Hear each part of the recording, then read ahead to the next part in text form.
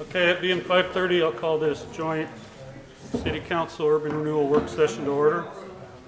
Kurt, you want to lead us in the national for the Pledge of Allegiance?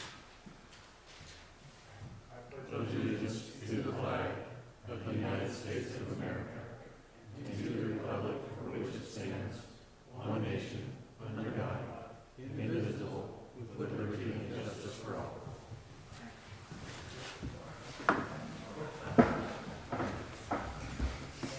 I should mention we have Mayor Benetti and Councilors DeNovo and Matthews virtually tonight.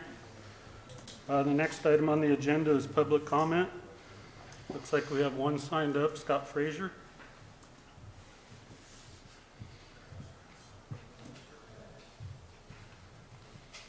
Remember, you got 3 minutes. I better talk fast. You got it. Maybe it's going to be a little easier with a mask on. So, I'm here to talk about the proposed library. I guess the first question is, why do we need to spend $20 million or close to $20 million for a new library? The answer is, we don't. We just spent $800,000 to put a new roof on the old one. You're not going to be able to hear me here.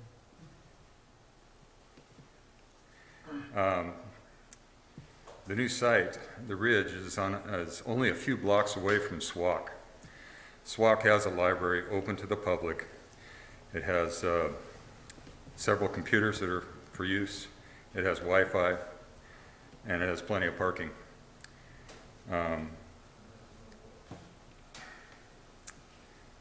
Why do we need 3 libraries in an area consisting of just a few square miles? Good stewards would use the existing libraries. Inflation has been reported to be at the highest in 40 years. Large majority of citizens that have, the majority of citizens have the largest library in the world in the palm of their hand. I think it's just a matter of time before libraries become the horse and buggy of the future. I think moving the library to the Ridge is limiting availability to those who use it now, and it isn't revitalizing our downtown. So that's what I came to say. I'd stay for the whole meeting, but I get up early in the morning, so I appreciate you letting me speak. I appreciate you guys' service to the community. You guys have a lot of responsibility. You're making decisions and recommendations to thousands of people, and I want to thank you for that. Thank you, Scott. Scott, before you go, I just want to speak about the digital versus physical checkout. Sammy, correct me if I go wrong here, but about 80% of the items that are checked out are physical items. So less than 20% of people check out things digitally. So I think there is a purpose for our library. We got another generation coming right behind us that might not see it that way. Thank you. Any other comment? Okay, next item on the agenda is the review of upcoming City Council and URA Board action items. A is presentation on renewable hydrogen by Shannon Souza. Shannon, it looks like you're online.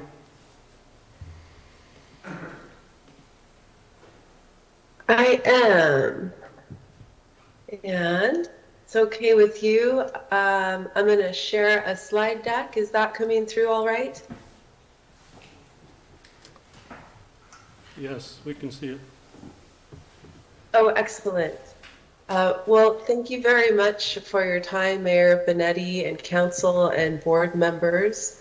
My name is Shannon Souza, and I appreciate your responding to our request to have this conversation about renewable hydrogen.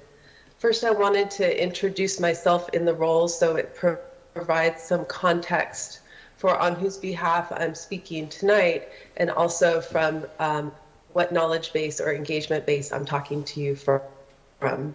I've been a resident of Coos Bay and Coos County for 27 years.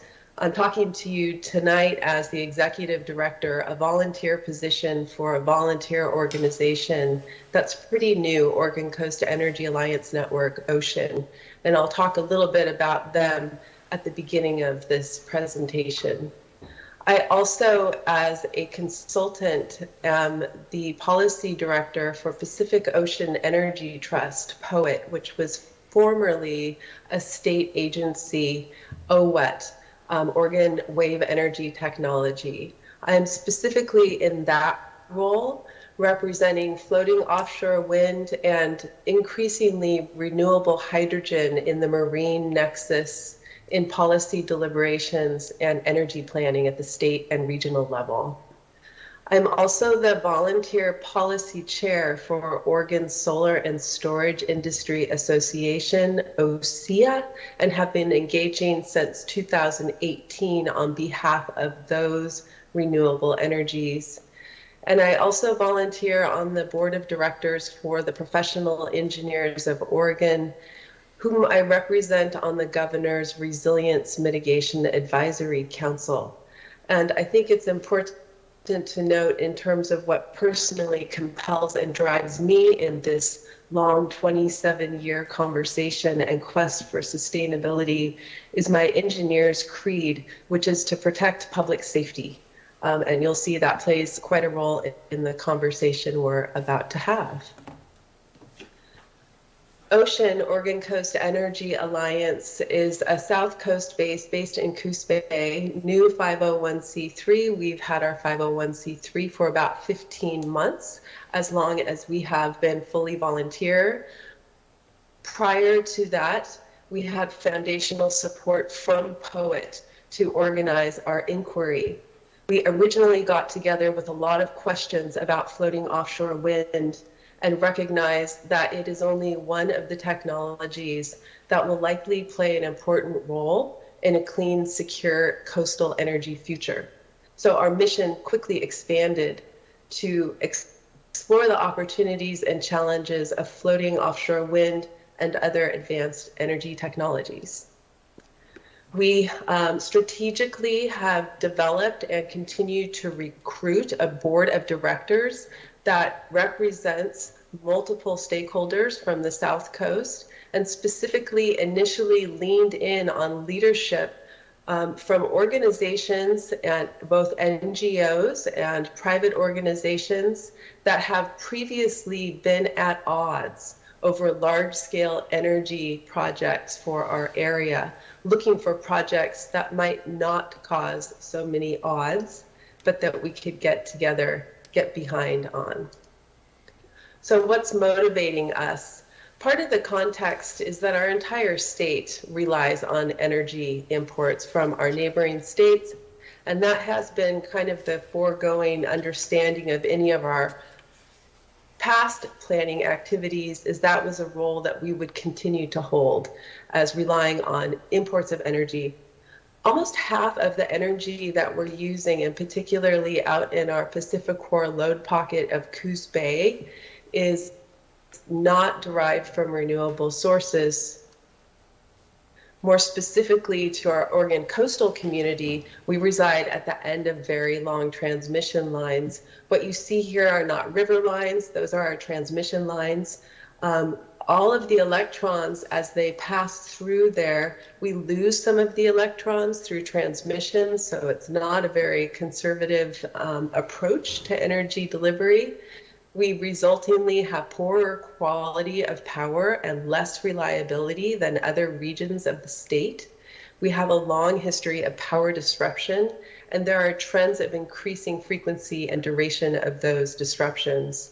And we export almost all of our energy dollars to neighboring states. With respect to resource adequacy and the entire Pacific North and the West Coast, we need unprecedented vast amounts of new renewables to support any kind of resource adequacy, meaning that the lights turn on when you want them to.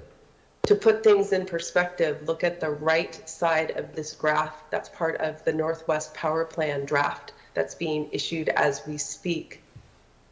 We're talking about 200 gigawatts of new resources, when to date we only have 270 gigawatts that were developed over 25, 30 years.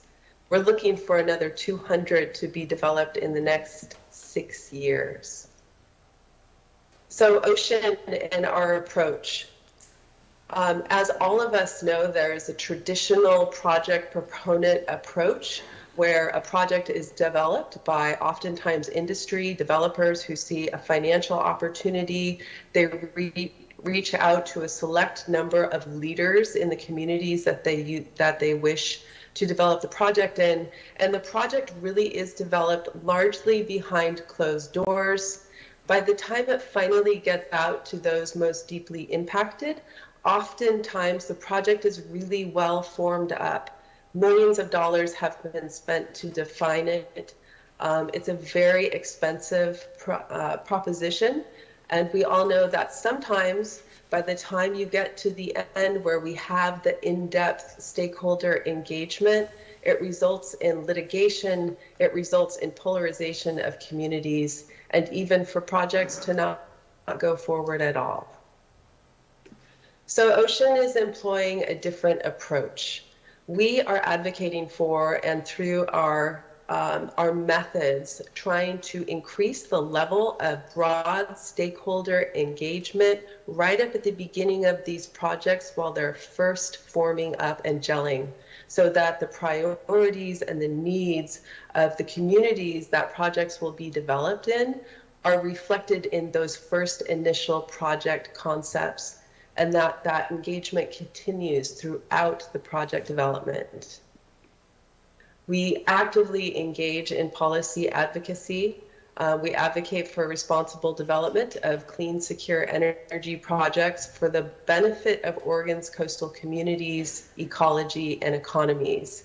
We're very active in legislature, at our Public Utility Commission, the Northwest Power Conservation and Planning Council, Department of Energy, and the Bureau of Ocean Energy Management, to name a few. Our approach in community engagement is to think about who the project would most deeply touch, identify their priorities, their conflicts, the opportunities really early in the project planning phase, so that we can help to facilitate actually shaping the projects for community benefit. Our goal is that we end up with a knowledgeable citizenry and an expanded base of support that can influence the future of energy in the Pacific Northwest and out on the coast. I won't trouble you with reading through the long list of outreach that during the COVID times we have extended by identifying who are some of those organizations that represent those stakeholders that would be most deeply impacted, raising our hands and asking if we can start to have a conversation about these new emerging technologies. We've also been invited to participate as panelists, to participate in understanding and elevation of clean coastal energy in the state, in the Pacific Northwest, and even nationally. And I've highlighted one that really got us thinking even deeper about renewable hydrogen that we facilitated a panel on for Renewable Hydrogen Alliance, who happens to be on the line, the executive director. Michelle is with us this evening.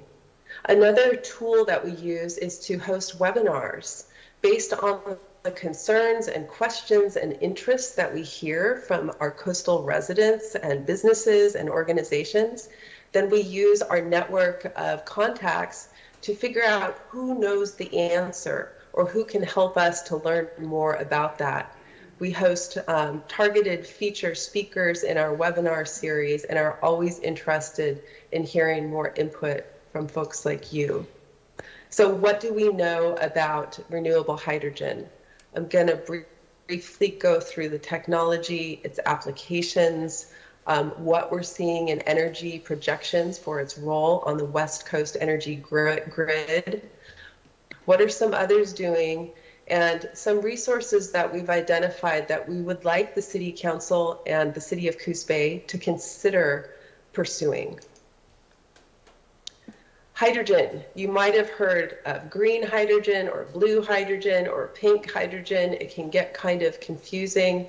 When I talk about renewable hydrogen, we're referring to what is sometimes referred to as green hydrogen. It's produced using renewable energy. That's what that means. The different colors have to do with what are the sources for producing this hydrogen. Fortunately, federally, in our bipartisan Federal Infrastructure and Jobs Act, they've helped us with some common denominators for nomenclature. And now we have with us a clean hydrogen definition so that we can start to understand apples and oranges and what's going to be funded and what's not going to be funded. How do we make renewable hydrogen? You take water, you add clean electricity, clean electrons. It could be solar, it could be hydro, it could be wind. And you split the hydrogen from the oxygen. There are some industrial uses for the high-grade oxygen, but we're not going to talk about that today. We're more interested in the renewable hydrogen aspect of this application and its applications in the energy and ag sectors. From its hydrogen state, it can be used as it is, as renewable hydrogen, or it can be further developed into clean derivatives like renewable ammonia. It's used in chemical manufacturing, it's used in transportation, it's used in heating.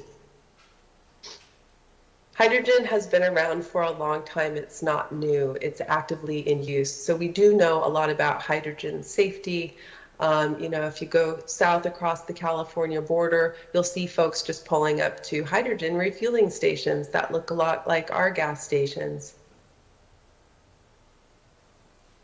It is an established commodity. It's employed in several sectors. Those sectors now have been globally relying on hydrogen that's derived from fossil fuels. A lot of it is coming from US natural gas that develops hydrogen down in the Gulf.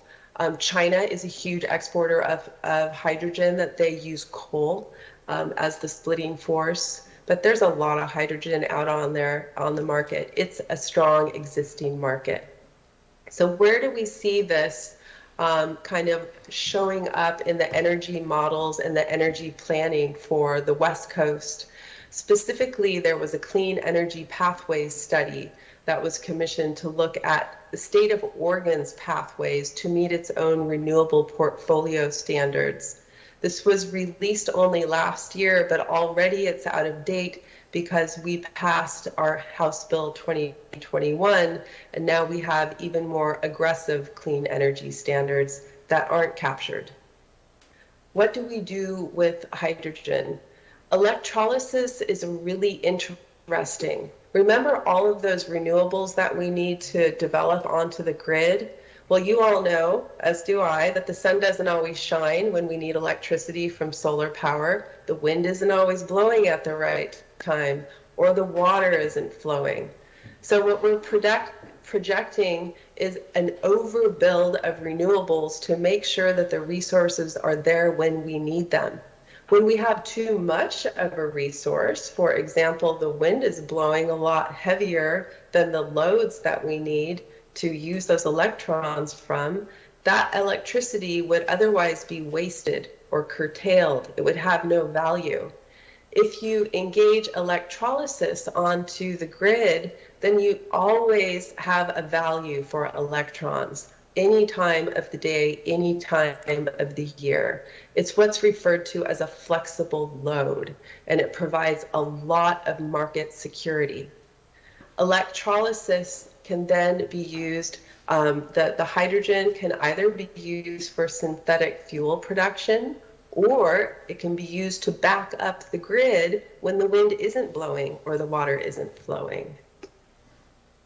Clean fuels are recognized as this new nexus between the electricity grid and transportation decarbonization. So it's a very exciting new world we have. The reason that you see all of these different profiles was this study was looking at different scenarios for how things might go in the future. You can just pay attention to the three on the right, because we now have a 100% clean. All of these you see are calling for a lot of Oregon offshore wind and a lot of renewable hydrogen. It's not only used for Oregonians, but it is used as an export.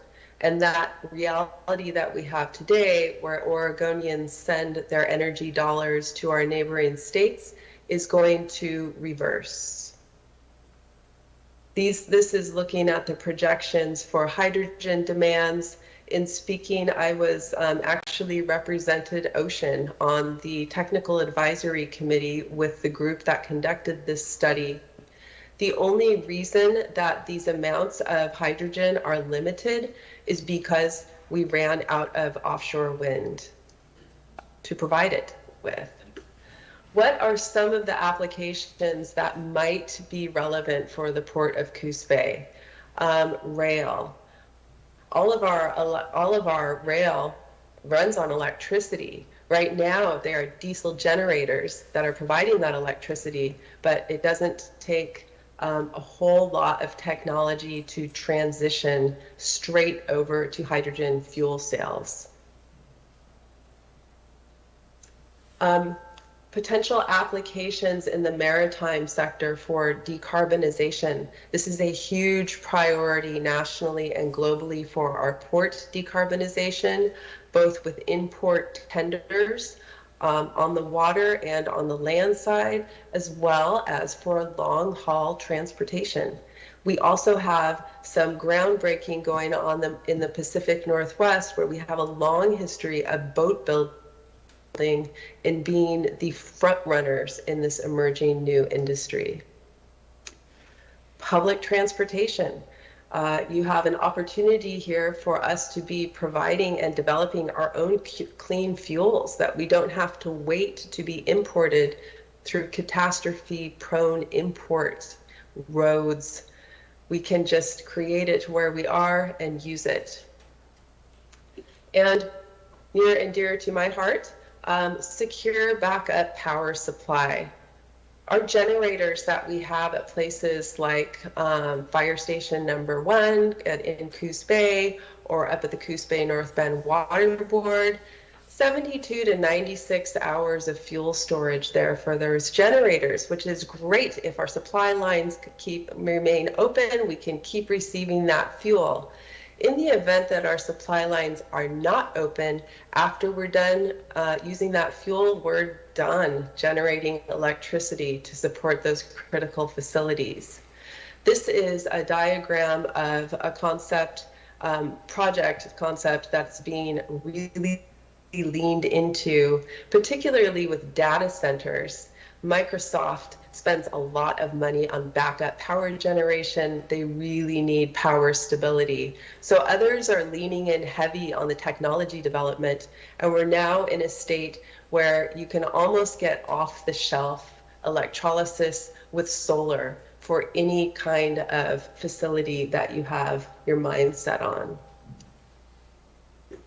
And then if you want to take it another step and tap into an even larger market and sector, you can step down renewable hydrogen into renewable ammonia, which has tremendous applications globally, regionally, and all over the United States. We see ammonia transported by rail all the time, miles and miles of rail car.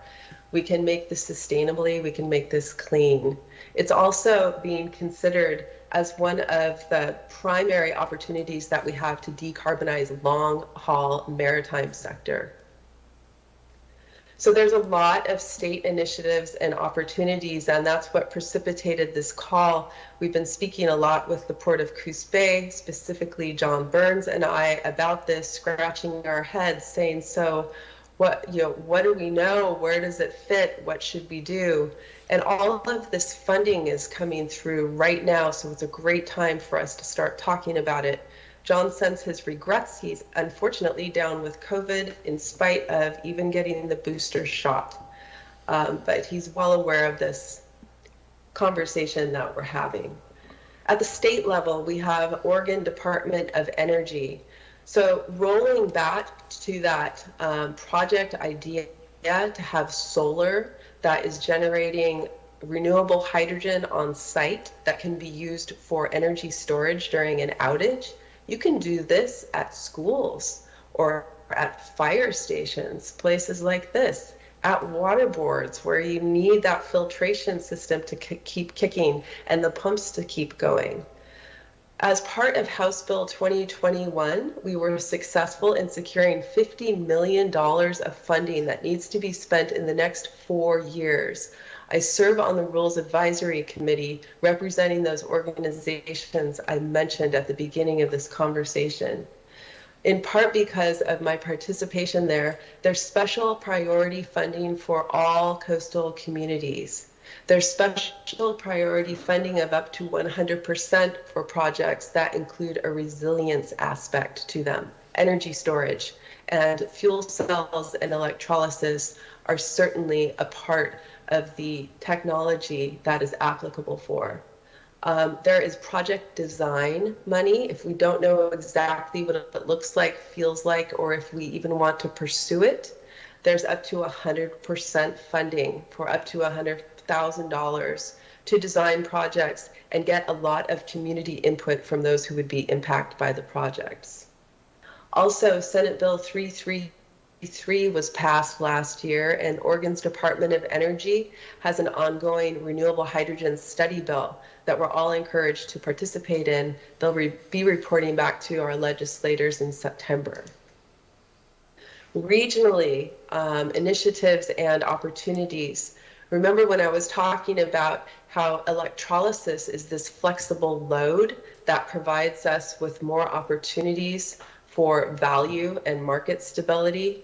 The Port of Tacoma is leaning in on this heavily. Of course, they have a lot of hydropower, and they're the first in the nation this year. They passed a special tariff to actually encourage the development of electrolysis in the Port of Tacoma and along the Port of Tacoma.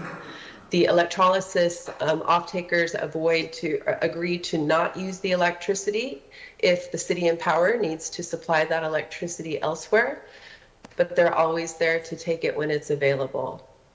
The Port of Seattle is exploring renewable hydrogen fuel at the port with Department of Energy awards. That's in partnership with Pacific Northwest National Labs, who would love to pursue some opportunities down here in Coos Bay as well.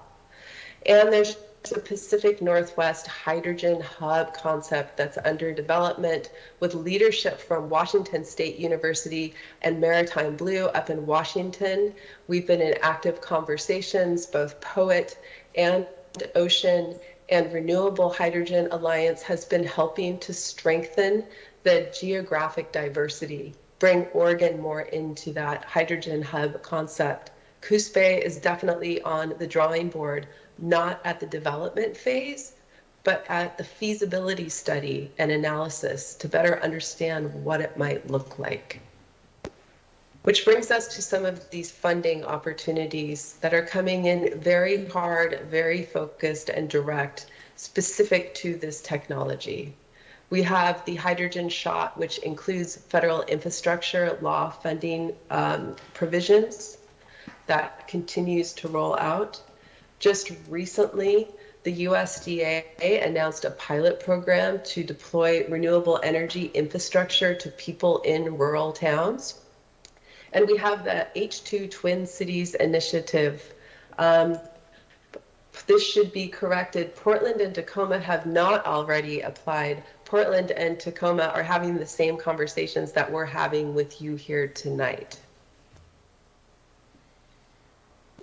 So, we've kind of done an overview of all of these different opportunities that Ocean sees are in alignment with our mission, which is to explore the opportunities and challenges. And the two that I've highlighted in green are those that we would like you to consider and begin this conversation tonight, providing us with input on your priorities and even considering a leadership role in pursuing those resources. The first of the two is the Twin Cities Initiative. This is a global initiative. The idea is to pair up cities on different continents that have similarities, but are at different levels of development in their understanding or development, specifically in renewable hydrogen. The port of Cromarty Firth is on the north coast of Scotland. They're very similar to us in that they are an energy island. They did, previous to their renewable energy development off their shores, rely entirely on energy imported for them to meet their most basic needs. They had very similar socioeconomic demographics with respect to things like suicide rates, the wage standards of living, things like that. They have a lot of similarities to us, but they're about 5 to 10 years ahead of us in terms of their development of their own renewable resources. They have 3 gigawatts of offshore wind in their pipeline currently. 1 to 2 gigawatts of that offshore wind in their latest RFP is specifically targeting electrolysis at the port of Cromarty Firth. What you see embedded here is a diagram that they are using as kind of their just their concept for what all of this renewable hydrogen is going to be used for. We would like that the port of Coos Bay would very much like to be in a mentee relationship with the port of Cromarty Firth, so that we can learn from them, learn what their mistakes have been, what is working out for them, who the off-takers are, and that we can share some resources there. We did speak with the council for the port of Cromarty Firth, and they had an emergency meeting for us back in December, and they did authorize. So on the other side of the pond, that port is ready to work with us to develop an application, a grant application for this fund. They have to be made by a city or a county though. So over in Scotland, the Twin City would be Inverness. And here it would need to be the city of Coos Bay, the city of North Bend, or it could be Coos County. Selected cities are provided with support for collaboration. There's no need for a match, particularly in the mentee city, because it's recognized that the concepts are less fully developed and certainly less fully supported. Coos Bay could assign itself for the leadership role in this to implement it, or it could assign another entity. Of course, Ocean would love to be that entity, but we, more important than that, would really like to see this work done and this collaboration considered. The application submission, it's open. It opened actually on the 20th. It was pushed back a little bit. It's open through March 18th. Some examples of cities we're providing here, or what the activities are.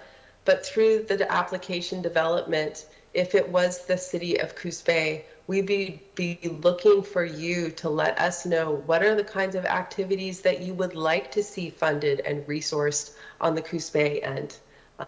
It can be information sharing. There can be swaps between the different communities physically, where you've got those that have the greatest concerns, visiting communities where development is further underway. So personnel exchanges, shared business cases, and shared development of curricular or training tools or any kind of information that we'd like. These are just examples. We can really propose whatever it is that the city decides, if they decide they'd like to participate, would be of value to our community member. What's required of the lead applicant is a dedication of time commitment of city officials to participate in the conversation and provide input. They need to supply a letter of support. If it was the city of Coos Bay, it would be a letter of support from Mayor Benetti. It's very much encouraged that there's a diversity of environmental justice considerations. We would recommend in our strategy would be to engage entities such as Surfrider, Road Climate, and Audubon Group in this from the get-go. And consideration of jobs and training, Southwestern Investment Board. So that's just kind of the overview, but it's really expressing support for this and expressing a willingness to participate. It's a 5-year program, and the thought is that it will be about $100,000 funding opportunity. So not huge, but enough to get information flowing. Other requests for input and support that we would like you to consider, as I stated, that community renewable energy program, both at the project design side. As of March 1st, we're going to be launching this program, and any one of the projects can apply for a $100,000 planning grant to better understand that. Solar plus storage and solar plus fuel cell, which is a form of storage, is what we would like you to consider.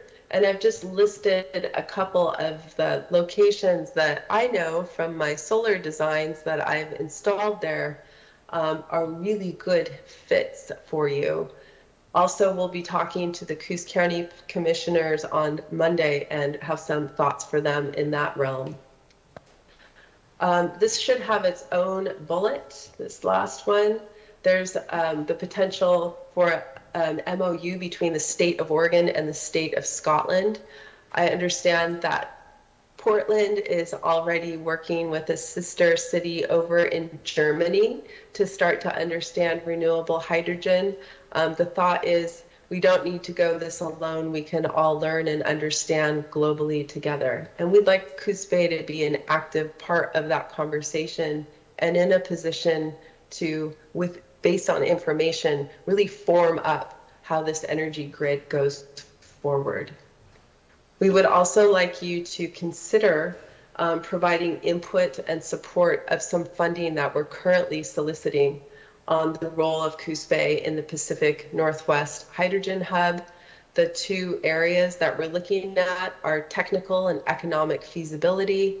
POET has developed a scope of work that it is working on to specifically look at that. What would it look like? What would we be using it for? What would make sense down here in Coos Bay? And ocean specific, we're really interested in those socioeconomic impacts. What would the impacts be to us for resilience, for our cultural heritage, our ecosystems, and the economic development down here on the coast? That was a lot of material. I apologize for covering so much, but there's a lot going on out there. I wanted to make sure that you were up to speed. Thank you very much for your time and for listening so politely. I'm happy to stay on the line and answer any questions, or we'll just do as directed. Thank you, Shannon. Thank you, Shannon. Council, do you have any questions for Shannon? Do you have any questions for Shannon? I have one. I have You said there's a dedication of time commitment. Is that for us volunteers or staff or both?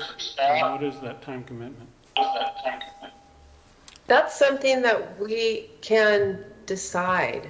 Let's say, for example, we determined to have a monthly check-in meeting where some representative of the city of Coos Bay, council member or staff or a designee volunteer, but that is specifically representing your interests and desires, participates in, what's the next step? What are we doing? What are we talking about? Which way should we be turning our heads? So that's really something that's up for the applicant to design and define. Thank you. Lucinda or Carmen, looks like you wanted to say something? No?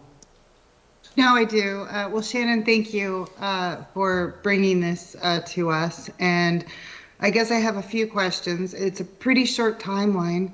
And if we were to decide to be the lead applicant, would you, Ocean, be sitting down with the city of Coos Bay to help us really outline perhaps the projects that we want to consider? And I appreciate the approach of your organization, and I appreciate your comment of transparency and making sure that all stakeholders are involved. So my second question is, how, if we decided to be the lead applicant, how will we stay informed of this project? Let's see. However you would like to stay informed. It could be through direct participation in any project meetings, regularly scheduled reports out. There could be checks and balances built into the strategy that is developed for this grant fund that say, thou shalt not pass to this next until you receive approval.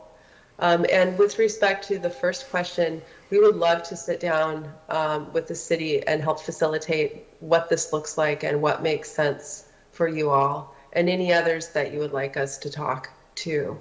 I mentioned Surfrider, Audubon, and Rogue Climate just as examples. Those are those that we know have been engaged in energy developments. Okay, thank you. Carmen, did you have a question, comment?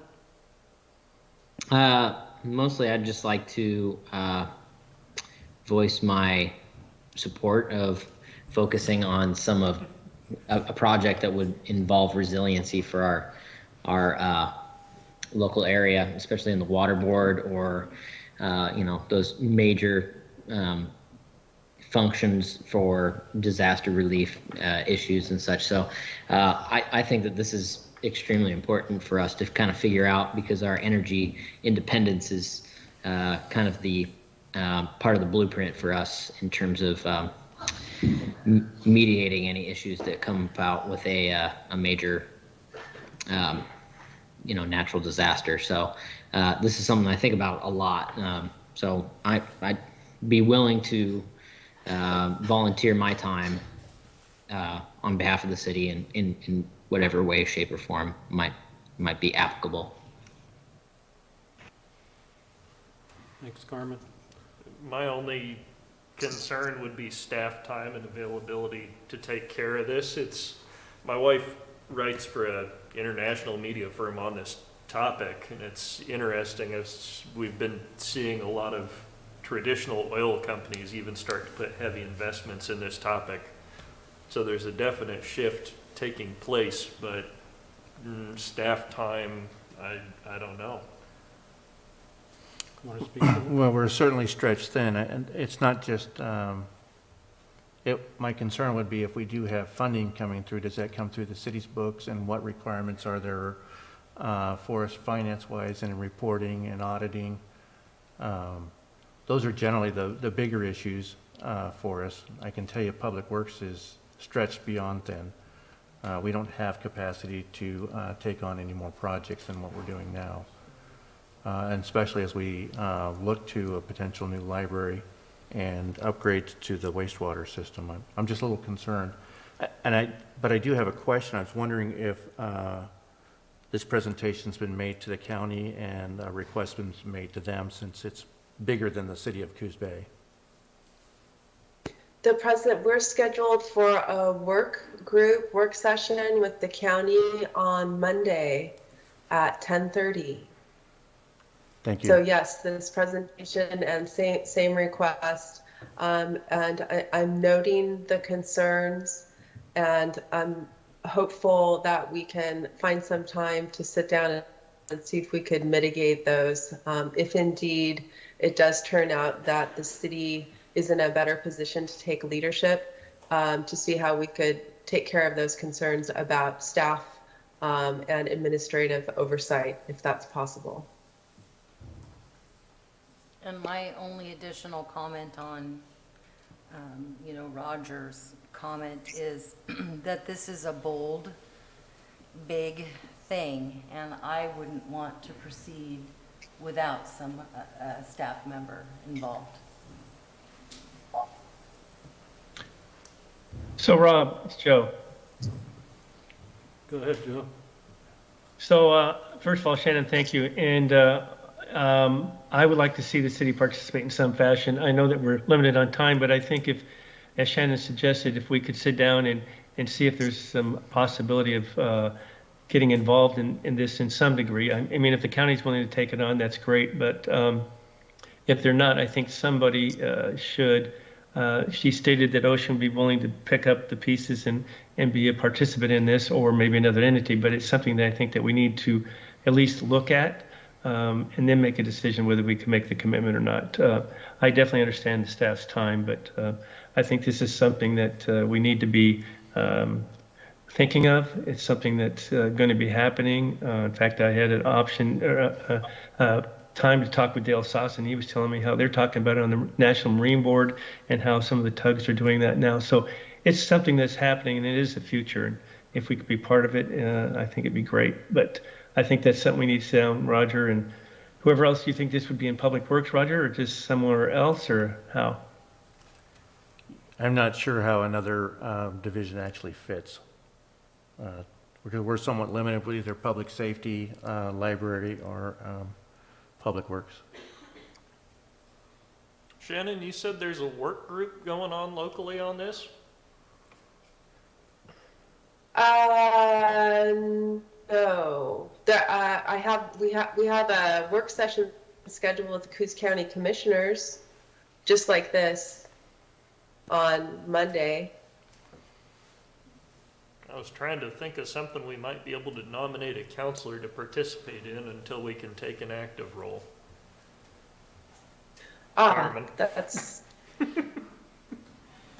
I guess I'd like to challenge the council, for many of us who were at the goal setting session in 2016, there was a conversation of how do we address the unhoused. And we challenged ourselves of if not us, then who? And I think we've led in that space. And we have brought community members together, and we're having good discussions. And so if Councillor Matthews is willing to be the representative, I think it's so beneficial, and if no one else is willing to step up,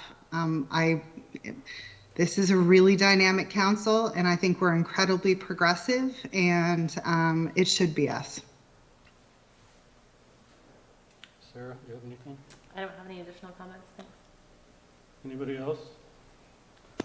Well, one of the things, so Shannon, you said there'd be some availability for some help. Are you talking about personnel help? You said there'd be some funding also. I mean, where does that lie with, there's some, there's some hesitancy on our staff because of the limited time. Is there some way to get some help through that fashion? Yes, and that's what the application is for, to ask the Department of Energy, in our case, it's whoever is administering the funds for the country, Department of Energy, to fund that work. And it can be done, you can direct the funds internally and say, hey, we'd really like to develop staff to take this on specifically. Or you can identify another organization. It could be a nonprofit. It could be another agency. The Port of Coos Bay could play that role. Or a private contractor could play that role. It's very flexible and open in how you receive those resources and what you do with them. The idea of having funds to put towards additional staff sounds good. I wouldn't feel comfortable with it out of house myself. $100,000 goes quick in the city. $100,000 goes quick in the city, though.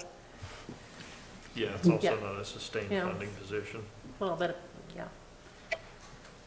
I think that I think it's an important project and something that we should look at. I agree with you, Lucinda, but I also hear the hesitancy for staff, and even when you have consultants and well-intentioned committee members, it still takes staff time to administer. My plan is to go down to the Lake County's work session and listen. I'm gonna guess that's at 9 a.m., Shannon? She said 10:30. I Oh, will 10:30? send you the link, Roger. I think it's 10:30. Okay. But thank you. Sorry, I just forgot a counselor's name. Sarah, forgive me. It's been a long day. So, thank you, Counselor Stevens. I guess my question is, and I think Joe touched on it. Yes, it's a big project. Yes, I too am concerned about all the projects that staff currently has. But could we not just say we would like the organization Ocean to represent us in this, and then it's taken care of, and we're not dealing with a staffing issue. And then if we wanted some oversight, we could appoint a couple counselors to that committee.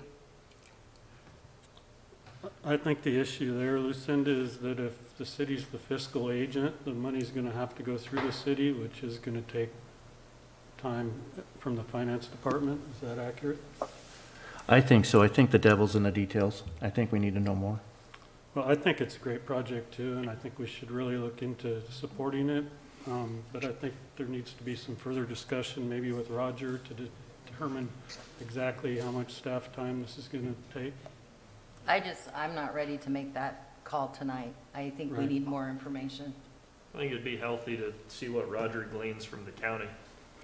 Yeah.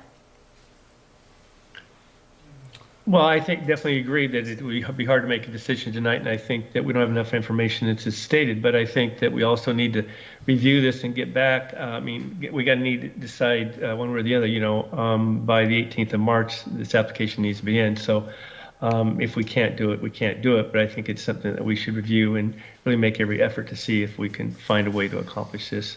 If the county doesn't step forward, Roger, you get more information on Monday, I guess, and maybe there's a way to partner with them, or if they just decide to do it, then we can support them, but go from there.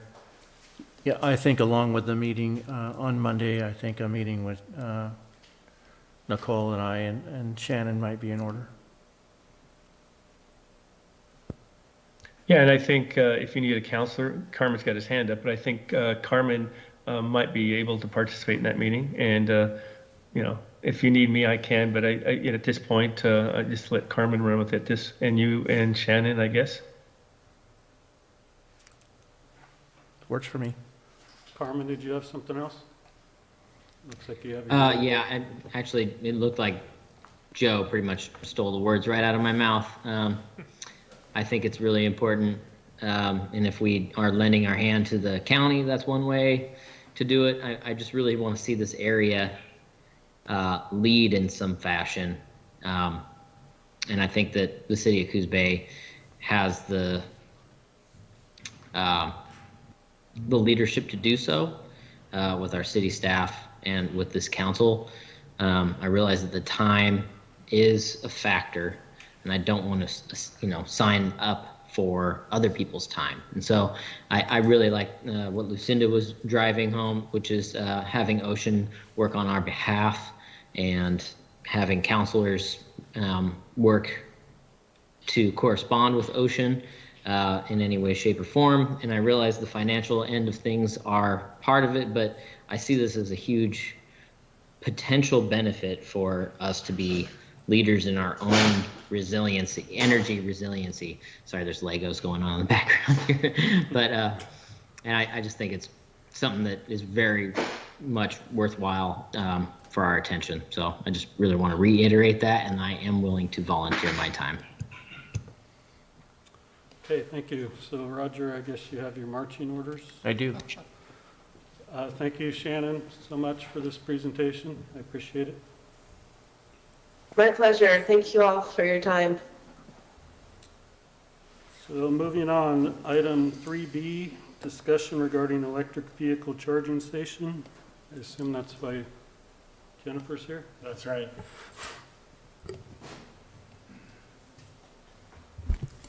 Hello, everyone. At the December work session, it was generally agreed amongst council to pursue installing a non-high-speed charger at the proposed parking lot at 3rd and Central. However, since the last work session, it has been requested by council to continue this discussion. So for your information, staff was successful in coordinating with Tesla and Electrify America in an effort to partnership and install EV charging stations within city limits. Unfortunately, both of these entities have declined our invitation. Tesla has stated they have a charging station in Bandon and Florence, and Electrify America stated that they are currently under construction on another site near our city limits. So with that, I'm here to answer any questions you have and continue this discussion. Council questions for Jennifer? Comments? Well, this is Jeff. I sent something today I just got from Representative Wright about some federal stuff, Roger and Nicole.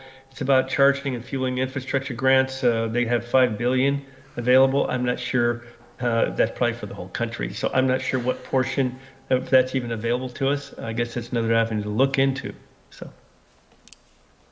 for funding. And I think some of that funding is available to do installations. I think part of the question for the council has been, or what we've been trying to find, is someone that's willing to not only fund one putting in, but will manage the operations and future maintenance. The concern for that staff has shared in the past, right now, there's no one that wants to do that. They're willing to sell the equipment, but then the city would be on the hook for trying to determine rates and hopefully have enough rates coming in that would actually fund the operations and then future maintenance and our replacement. I know that I've heard from a couple members of the council, while their desire is to seek high-speed chargers down on Front Street, there was some reluctance to spend $30,000 for a car charger in the core of downtown at this time. And right now, we're at this precipice where we need to make a decision so that staff can move forward and get the design done so that we can actually get that parking lot design completed and go out for bids and hopefully get construction done. So the question tonight and the conversation is specifically about the parking lot, the Lockhart site, correct? I think so. Correct. Carmen, did you have a comment? Sorry, there it is. So it sounds like it's not a go for that specific location for high speed. Am I correct with that? That's correct. It would take $250,000 to do that. And I doubt that it could be done this year because you would need substantial amount of upgrades to just the power grid in downtown in order for that to occur. And there is not a funding source currently for this. I'm wondering if the Urban Renewal Agency, since we're looking for some way to have this be a unit that is managed not by the city, if maybe a request for proposals for urban renewal funds through private enterprise might be the way to go. How much time do we have? If you want to pursue a high-speed charger, we're probably not going to be able to go under construction this year. And I should not be so passive. We're just not going to be able to.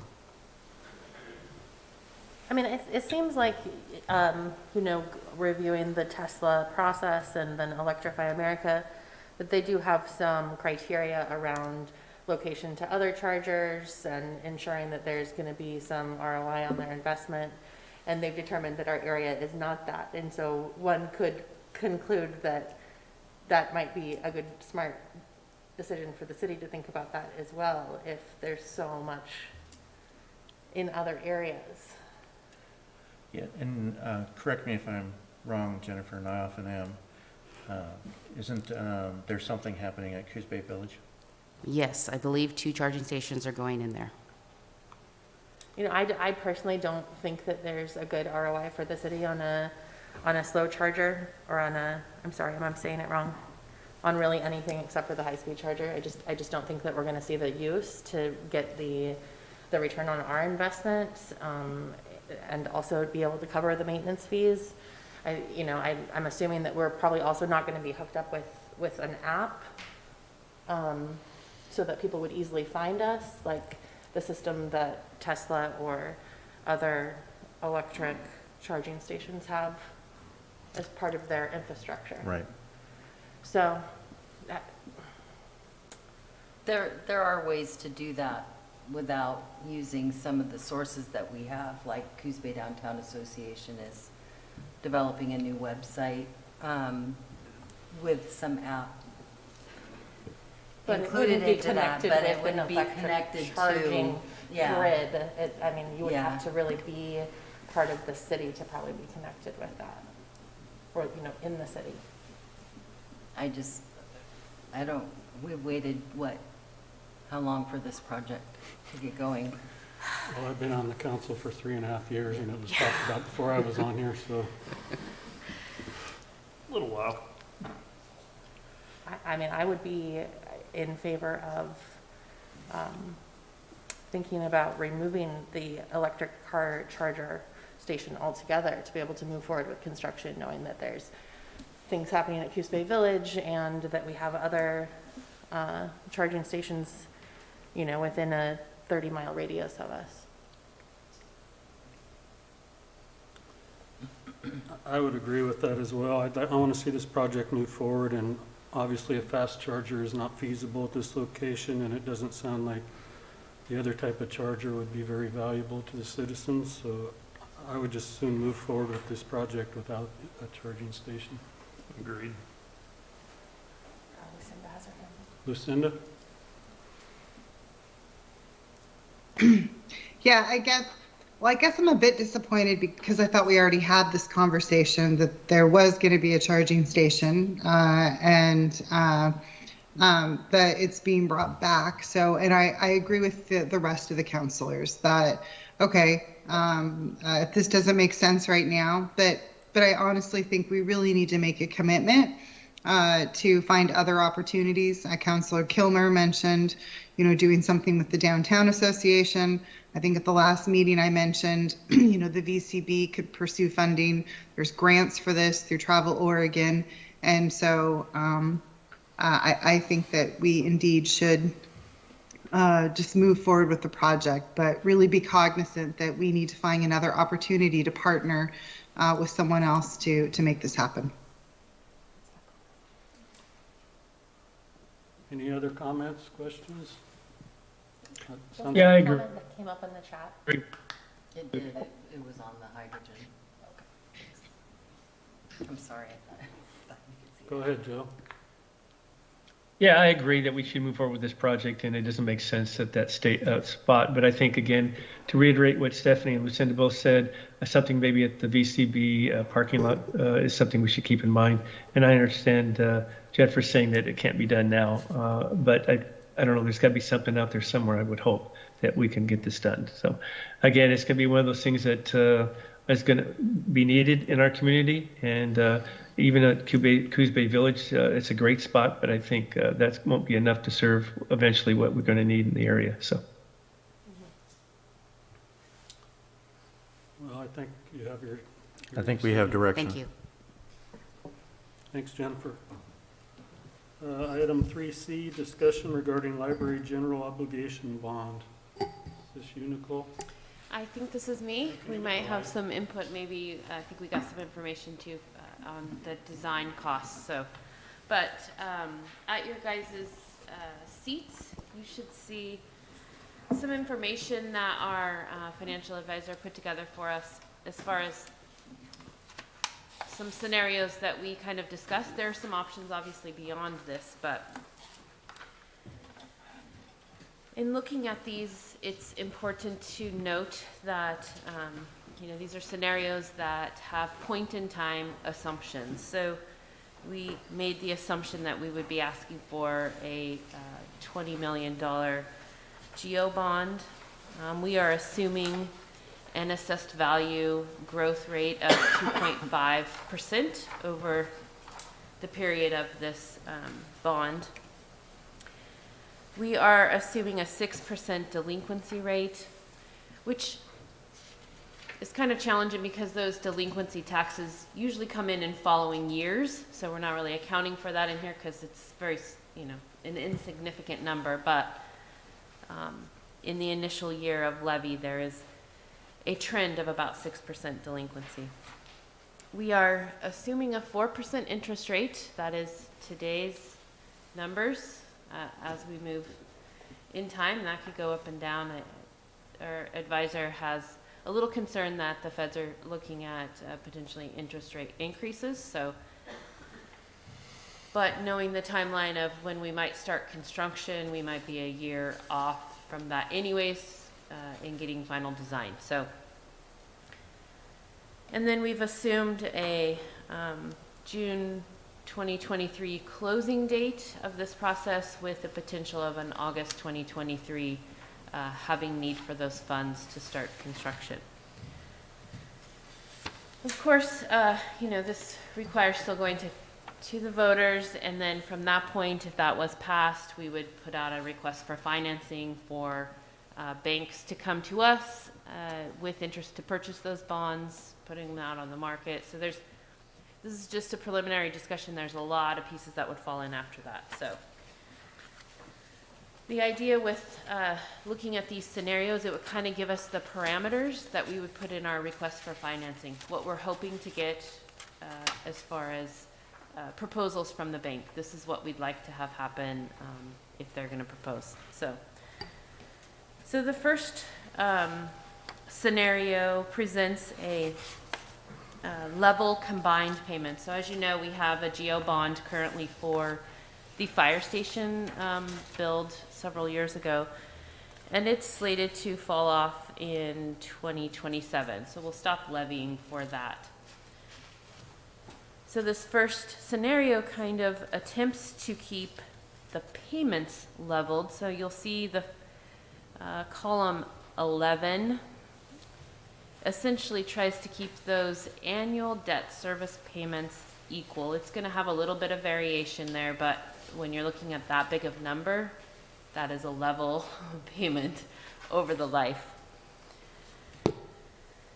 One thing to kind of look at in all of these is on the very bottom of column 10 is that average rate. That is the average rate for the additional. So if we were to go GO bonds 20 million for the library, that would be the average rate for this scenario. You'll see there's a fluctuation of a low to a high rate over the years. So just for comparative purposes, you'll see that same average on each scenario. And then if we move to, unless there's any questions, yeah. Just a point of clarification. So that average on that first scenario is basically 97 cents. Yes. Is that 97 cents per 1,000 assessed value? Yes.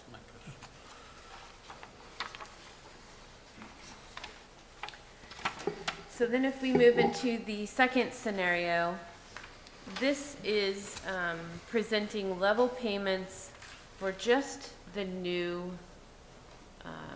potential GO bond issuance for the library. And kind of following that same descriptive as before, we are looking at the that average tax rate being the 96 cents essentially.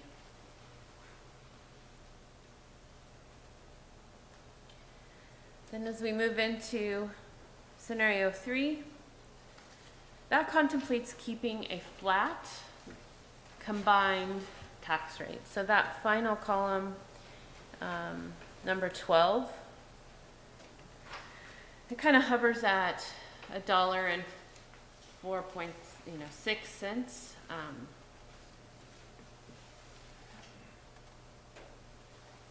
So if we're contemplating the effect to the taxpayers, that's an important number to look at as far as what their overall would be. That average is 98 cents per thousand. The fourth scenario looks at a flat tax rate, just looking at the new issuance. So we kind of try to keep that new issuance, which over time is the one we will have in play, because the fire station is going to fall off fairly soon. And that average tax rate is 97, well, almost 98 if you're going to round that up. And the final scenario is level payments, but what this scenario contemplates is waiting until the GO bond for the fire station falls off. We're obviously going to have to pay interest in all periods, so we would need to do a levy in those initial years while the fire station is still being repaid. But essentially start levying for principal payments after that fire station bond is paid. In that scenario, you're looking at a 97.6 cents per thousand. So what we're kind of hopeful here is to contemplate what we believe might be the most successful as far as our methodology moving forward in a vote, get an idea. And then also if there's some scenarios we haven't contemplated, we can also have our financial advisor look at those.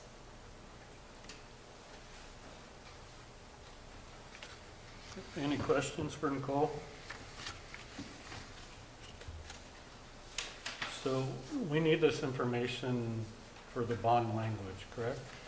We do. Now, it's not required to be in there. So, I mean, that is one caveat, although I think giving the most information is the best policy to kind of move forward. Some of these scenarios might require us to manipulate that language a little bit to give a range. So, yes, we could use the average, but there may be a variation in those interest rates, you know, the tax rates over the years. So,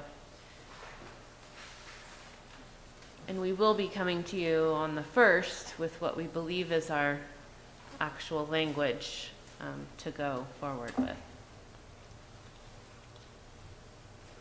So, so we'll be making a final decision on the 1st, is that what you're getting at? That's what we're slated to do. However, we do have an extra meeting if we need to. We need to file our ballot title with the county by the 25th. So we would still have our mid-month meeting if we needed to kind of hold that discussion over. Well, seeing as how we just got this information this afternoon, I haven't really had a chance to look at it very Yeah. closely, so I'll reserve my comments for the next meeting. Anybody else have any questions for Nicole or comments? In the instance where the tax rate is higher up front while the other GO bond is running, does that encounter the issue of compression? So GO bonds are kind of a little outside of that. Okay. Good to know. I agree on waiting. Joe, did you have a comment? You're muted, Joe. I agree waiting too, so I can look this over, but at first blush, I mean, if we can try to keep the rates the same until the fire station falls off, I think it might be a little bit more palatable to our citizens, and even though we pay a little bit more up front. I'm not sure if the interest rate overall is going to be that much more. Is it, Nicole? The interest rate or the tax rate? Tax rate, I guess. So in each of these, I mean, if you look at these, they're all hovering in that 9.6, 9.7, 9.8 range. So there's not much play there, but Right. for some folks, you know, that an extra $100, an extra $10, you know, trying to guess what their comfort level will be. No, I mean, at the moment, if we, you know, I think that that makes the most sense, but I need to look at all the other scenarios. But if we can wait till the fire station falls off in 2027, and trying to keep the rate somewhat the same might be, like I said, like a little bit more palatable, especially for a lot of people where that could make a difference financially to them. And another, I talked about it with our financial advisor. We didn't run the scenario, but, we can front in, levy higher in the first period of this, get it more paid off so that we're decreasing that rate over time. That's an option. We didn't really run scenarios like that, but we could too. It is possible. But one other clarification, go ahead. I was just going to mention, we do have a library steering committee meeting later this week, and it would be interesting to hear some input from that group, which would be beneficial for your meeting next week. I agree. Do you guys have any comments this evening? No? Okay. Anybody else? Any comments? Sorry. Yeah, just one of the comments. So Nicole, this bond doesn't go out and get passed until after the election. Am I correct? Yes, we would not move forward with anything until we have the will of the voters. Correct. So then, the interest rate and all these figures are going, I mean, these are just arbitrary figures, and I don't want to be too lenient with that, but they're figures that are going to change once the bond is passed, and then we go out. Am I correct? That's correct. And then even beyond being passed, we're going to look to the market, obviously, to get those revised rates. But then you've got to have bank interest too. So that's the next hurdle after getting it passed. Right. Thanks.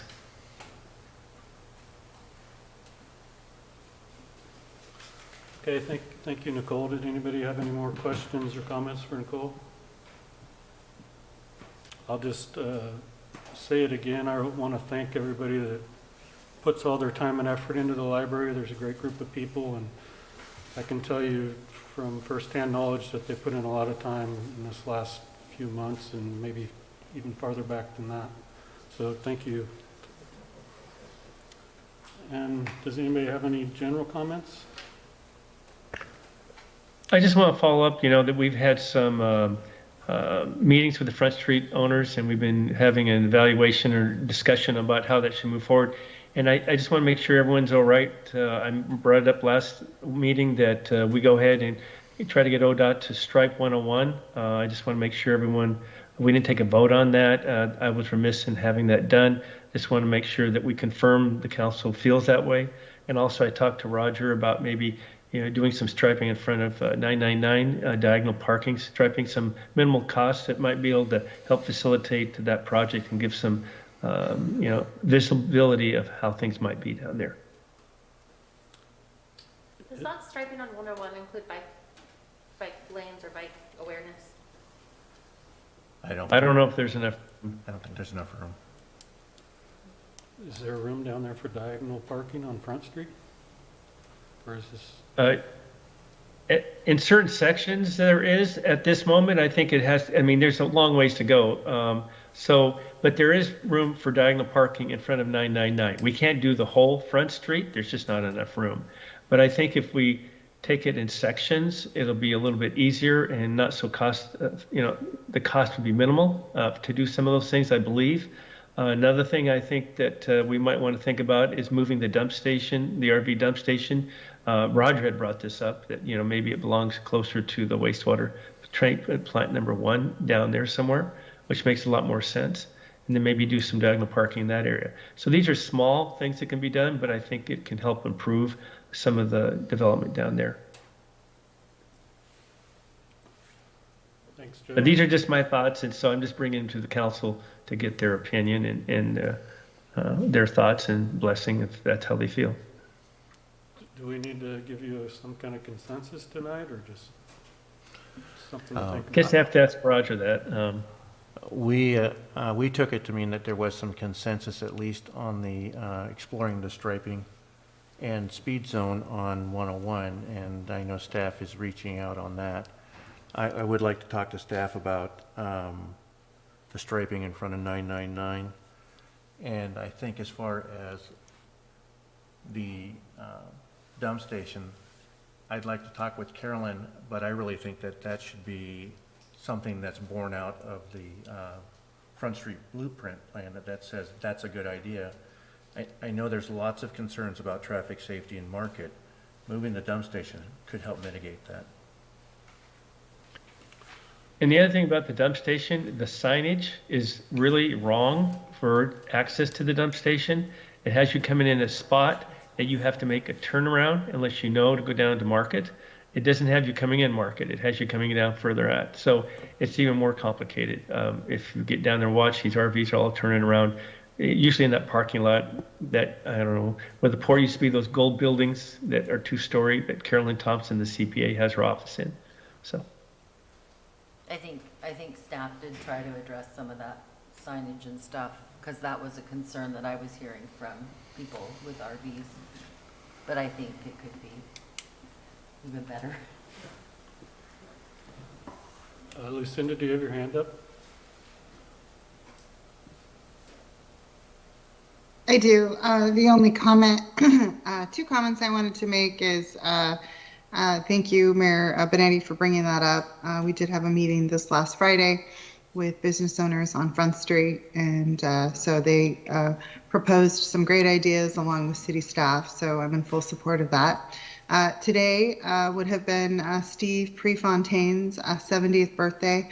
I see Mayor Benetti has the mural behind him. I'm assuming that's a nod to Prefontaine. And I thought Carmen was one of our youngest councilors, but I think we have a future city councilor joining in. So we're raising him young, and I just wanted to acknowledge her as well. Thanks. Thanks, Lucinda. And just let people know the point in time counts tomorrow. It's the annual count for how many homeless folks are in the area. Tomorrow is the day we're doing Coos Bay North Bend general area. It happens on different days in different locations. But there will be set up of check-in points starting at 7 o'clock. I'm going to be driving a van and dropping stuff off to some of our setup sites. Orca runs it, and the count will go well into midnight. So if you encounter folks, if you can point them to one of the stations you'll see around town, that would be helpful. That count lets the state know how many homeless folks we have in our area, so that they know how much funds to allocate to us, essentially. Other thing, we recently received a gift from our sister city. They sent Mayor Benetti a calendar with a bunch of nice art from their area, and I was wondering if there'd be any interest in soliciting some of our local artists to make contributions that we could send back to Choshi. I took the liberty of already speaking to the embassy a little bit, and they said they can facilitate sending stuff over there if we put it together. It is apparently something they've been thinking about doing more of too, so if folks don't object, I'd like to start bothering artists to see if we can get their work. I think it'd be a nice gesture if you can get that done, Drew. And I think that Joanne Moss with the Empire Community Coalition of Empire actually has a list of artists that can help with that as well. If I can get her contact info, that'd be awesome.